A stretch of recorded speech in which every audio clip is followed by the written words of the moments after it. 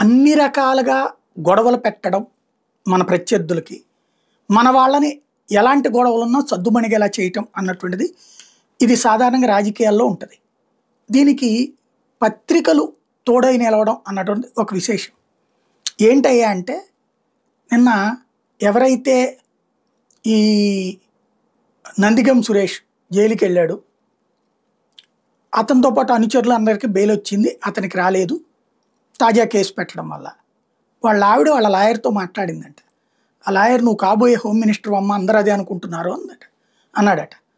అందరూ అదే అనుకుంటున్నారు కానీ అది భగవంతుడు రాయాలి, మనం చేయట్లేదు, నేను చాలా ఆనందపడ్డాను, ఓ పోలీస్ ఆఫీసర్ను మొన్న గట్టిగా దులిపేశాను, ఆయన కూడా మీరు హోమ్ మినిస్టర్ అవుతారమ్మా అన్నాడు అని చెప్పేసి సంబరపడిందట. ఇది ఎవరు చెప్పారు ఆంధ్రజ్యోతికి? లాయర్ చెప్పు ఉండాలి. అంటే లాయరు అవతల తెలుగుదేశం మనిషి అన్నా అయి ఉండాలి, లేదంటే జ్యోతి ఈనాడుల మనిషి అన్నా అయి ఉండాలి.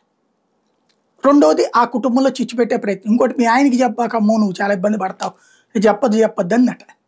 అంటే ఏంటి, వాళ్ళ ఆయన్ని దాటి ఈవిడికి టికెట్ ఇవ్వబోతున్నారట రేపు పొద్దున. ఈవిడ రేపు పొద్దున హోమ్ మినిస్టర్ అయిపోతుందట. ఇది వాస్తవంగా అతనికి ఎంపీ ఇచ్చింది, ఎమ్మెల్యే కూడా ఇవ్వలేదు. ఎంపీకి హోంమంత్రి ఎవరు కదా పదవి.